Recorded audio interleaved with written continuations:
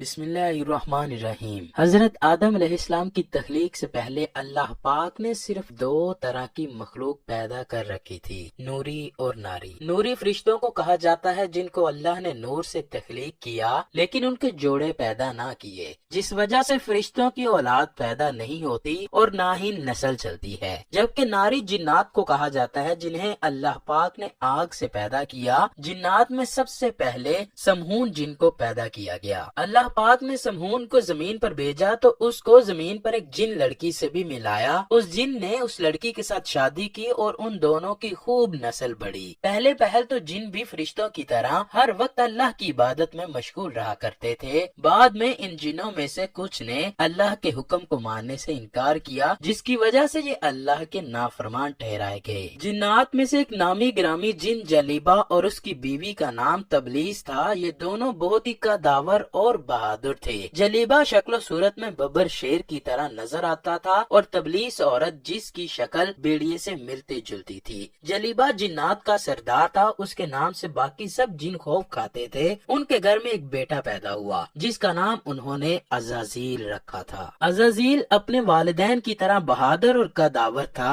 روایات میں ہے کہ حضرت آدم علیہ السلام کی تخلیق سے 50,000 سال سے زیادہ عرصہ پہلے یہاں زمین پر جنوں کا عروج تھا، جب جنات نے زمین پر جنگ اور تباہی مچانی شروع کی۔ اللہ نے فرشتوں کو حکم دیا کہ زمین پر جاؤ اور جنات سے جنگ کرو۔ جب فرشتے زمین پر اترے تو انہوں نے جنات کو حکم دیا کہ اللہ کے حکم کی پیروی کرو اور زمین کو امن و امان کا گہوارہ بناؤ۔ لیکن جنات نے فرشتوں کی بات ماننے سے انکار کیا، جس وجہ سے جنات اور فرشتوں میں بڑی جنگ ہوئی۔ اس جنگ میں عزازیل کے والدین نے بھی بڑی ہمت سے جنگ کی، پر فرشتوں نے جنات کو شکست دے دی۔ اس جنگ میں بہت زیادہ تعداد میں جنات مارے گئے اور کافی زیادہ قید کیے گئے۔ مارے جانے والوں میں عزازیل کے والدین بھی شامل تھے۔ فرشتوں کو حکم ہوا کہ عزازیل کی بہترین پرورش کی جائے۔ فرشتوں نے عزازیل کو عبادت کرنے کے بہترین طریقے سے ادا کیا، جس وجہ سے عزازیل اللہ تعالیٰ کا ایک عبادت گزار بندہ بن گیا۔ عزازیل بہت قابل اور عقل مند نکلا۔ اللہ پاک نے اس کو فرشتوں کو خطاب دینے کے لیے مقرر کر دیا۔ فرشتے عزازیل کو نیک اور پرہیزگار کہنے لگے۔ حضرت کعب بن احبار کہتے ہیں کہ عزازیل کو 40,000 سال تک جنت کا خزانچی مقرر کیا گیا۔ 80,000 سال تک وہ فرشتوں کے ساتھ رہا۔ 20,000 سال تک عزازیل فرشتوں کو تعلیم و تربیت دینے کے لیے معلم مقرر کیا گیا۔ حضرت جبرائیل، میکائیل، اسرافیل اور اسرائیل علیہ السلام بھی عزازیل سے تعلیم و تربیت حاصل کرتے تھے۔ اللہ تعالیٰ تو رب کائنات ہے، اس سے کوئی چیز چھپی ہوئی نہیں ہے۔ اللہ کے علم میں تھا کہ یہ ایک دن میرے حکم کو جھٹلائے گا اور اس کا خاتمہ کفر پر ہوگا۔ ایک دن عزازیل نے لوح محفوظ کو دیکھا جس پر لکھا ہوا تھا، میں شیطان مردود سے اللہ کی پناہ مانگتا ہوں۔ اس کے بعد تقریباً 2000 سال تک عزازیل روتا رہا اور اللہ کی عبادت میں مصروف رہا اور اللہ سے سوال کرنے لگا، اے اللہ، یہ اتنا بڑا شیطان مردود کون ہے جس سے پناہ مانگی جا رہی ہے؟ عزازیل کے سوال کا جواب دیتے ہوئے اللہ نے فرمایا، میں نے ایک بندے کو اپنی ہر نعمت سے نوازا ہے، وہ بندہ ایک دن میرے ایک حکم کو ماننے سے انکاری ہوگا جس وجہ سے اس کی ساری عبادت کو ضائع کیا جائے گا، وہ بندہ شیطان بن جائے گا اور یہ وہی شیطان مردود کا ذکر کیا جا رہا ہے۔ عزازیل ہر وقت یہ بات سوچنے پر مجبور ہو جاتا کہ وہ شیطان مردود کون ہوگا، اور اس نے اللہ سے کہا کہ اے اللہ، میں اس شیطان مردود سے ملنا چاہتا ہوں۔ اللہ پاک نے عزازیل کو فرمایا، تو جلد ہی اس بندے کو دیکھ لے گا۔ اس نے اللہ تعالیٰ کی یہ بات سن کر کئی ہزار سال عبادت میں گزارے۔ پھر ایک دن عزازیل کے علم میں آیا کہ اللہ پاک ایک ایسے انسان کو پیدا کرنے جا رہا ہے جس کے پتلے کو بنانے کے لیے آسمانوں اور زمین سے مٹی کو اکٹھا کیا جا رہا ہے۔ جب اللہ تعالیٰ نے حضرت آدم علیہ السلام کے پتلے کو پیدا کیا تو اس پتلے کو 40,000 تک اسی طرح پڑا رہنے دیا، اس میں جان نہ ڈالی۔ فرشتوں کا جب حضرت آدم علیہ السلام کے پتلے کے پاس سے گزر ہوتا تھا تو پتلے سے وہ بہت زیادہ حیران ہوتے، جبکہ عزازیل کا گزر ہوتا تو وہ حضرت آدم علیہ السلام کے پتلے کو اذیت دیتا تھا۔ جب اس پتلے کو ابلیس مارتا تو اس سے مٹی کے کھڑکنے کی آواز سنائی دیتی۔ ایک دن اللہ پاک نے اپنے سب فرشتوں کو حکم دیا کہ سب میرے پاس اکٹھے ہو جاؤ۔ جب سارے جمع ہو گئے تو اللہ نے حکم دیا، میں زمین پر اپنا ایک بندہ پیدا کرنے والا ہوں جو زمین پر جا کر میرے حکم کی تعمیل کرے گا۔ فرشتوں نے کہا، اے اللہ، یہ بندہ زمین پر جا کر تیرا نافرمان ہوگا، ہم تو ہر وقت تیری عبادت کیا کرتے ہیں۔ اللہ نے فرمایا، جو کچھ میں جانتا ہوں وہ تم نہیں جانتے۔ سب فرشتوں کو حکم دیا گیا کہ حضرت آدم علیہ السلام کو سجدہ کرو۔ عزازیل کے علاوہ سب فرشتوں نے اللہ کے حکم کی تعمیل کی۔